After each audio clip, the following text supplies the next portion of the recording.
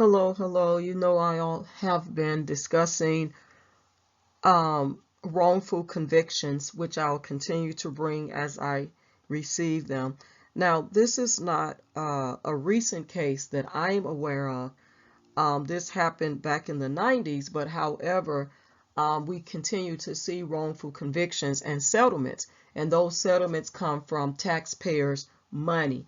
And also the resources to fund these wrongful convictions also is used by taxpayers' money to continue uh, to fund these wrongful convictions as well as settlements.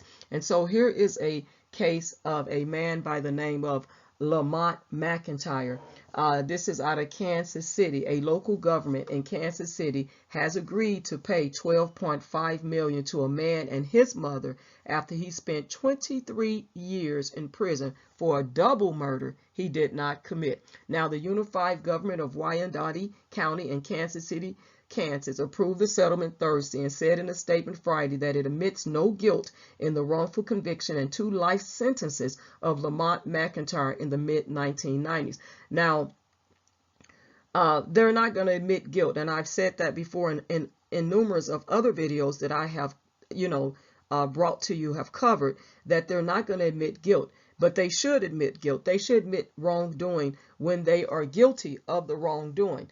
And but they always have this immunity, which I think is wrong, because if you convict someone falsely or wrongfully and you had information that said they were innocent, then the DAs and everyone involved should be prosecuted, and their life should be should be taken from them. Their freedom, excuse me, not their freedom. When I say life, livelihood, their freedom should be taken from them, so that they can understand that they took an oath, and to wrongfully convict someone, they ought to be punished for that. But we see a lot of them not being punished, because you're taking away someone's livelihood while they're still out here living their life and making money and the pursuit of happiness. You have wrongful convictions of individuals being put behind bars for years on end, decades on end, for crimes and murders that they did not commit. And so in this case,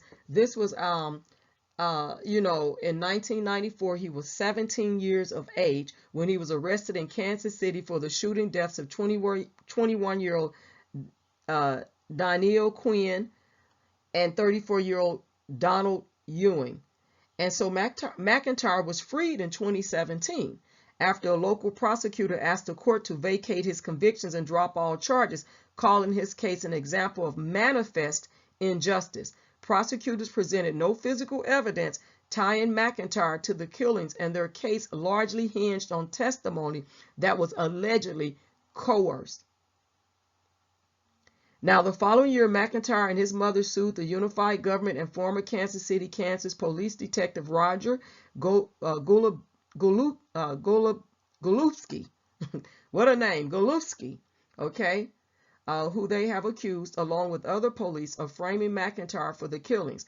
Their lawsuit sought up to $123 million in damages. Now, McIntyre and his mother have said Golubsky coerced her into sex and then framed her teenage son for the double homicide because she rejected the detective's later sexual advances. They also allege Golubsky accused dozens of black women for years, and many officers were aware of his conduct. Now, when I go back to this story, I remember a story about this where this woman was having a sexual ship with this detective. I do recall that. And then when she decided she didn't want to engage in that type of, activity with him anymore, that's when he put this, put this charge, onto her son.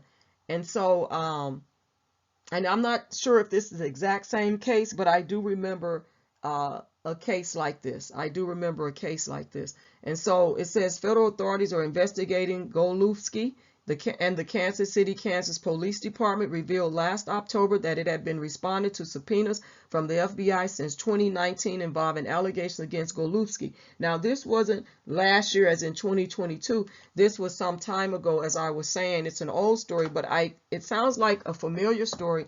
I don't believe I covered at all, but I did read up on it. Because I've been following these stories for quite some time, way before I started coming on YouTube doing videos and things like that, and speaking out and speaking about, certain, issues and social issues and things like that. But it sounds like the same story that I read, and things like that. But however, this officer, he denied the allegations. His attorney, Morgan Roach of Kansas City, did not immediately return phone messages left Friday at that office during that time. So it says that the settlement also resolves the lawsuit against Golubsky, said attorney Cheryl Pilati, who represents McIntyre and his mother. Lamont now hopes to put this painful chapter behind him and move forward with his life.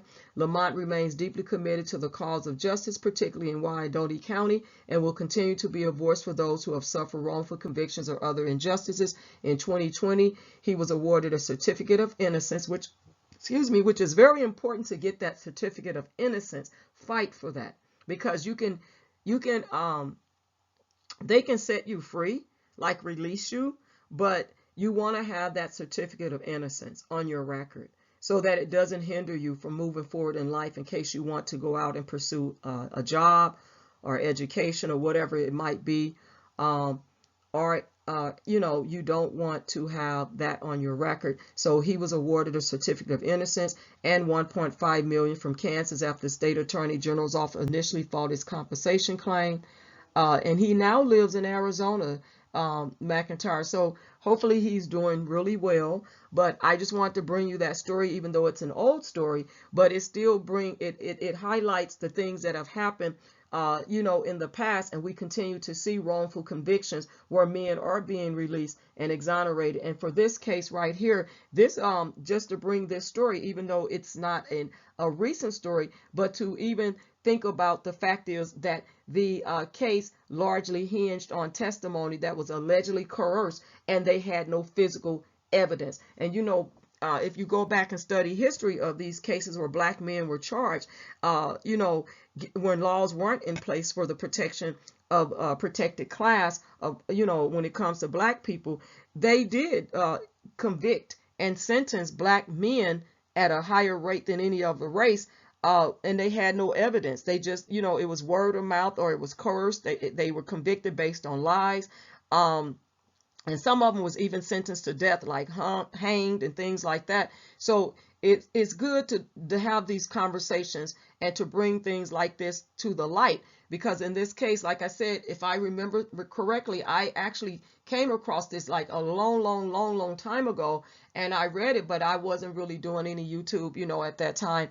But to bring this, I wanted to bring this story still again, highlighting the wrongful convictions that black men face, but not only just black men face, because there's other races as well, but mainly black men face a higher conviction rate than anyone else. So with that being said, let's get the conversation started. Leave your input below. Let me hear what you have to say about these particular cases where there are wrongful convictions, and how tax money continues to fund wrongful convictions and even fund the case. And then once the settlement comes, when there is a settlement, a lawsuit, the lawsuits are funded by taxpayers' money as well. So with that being said, you leave your comments below.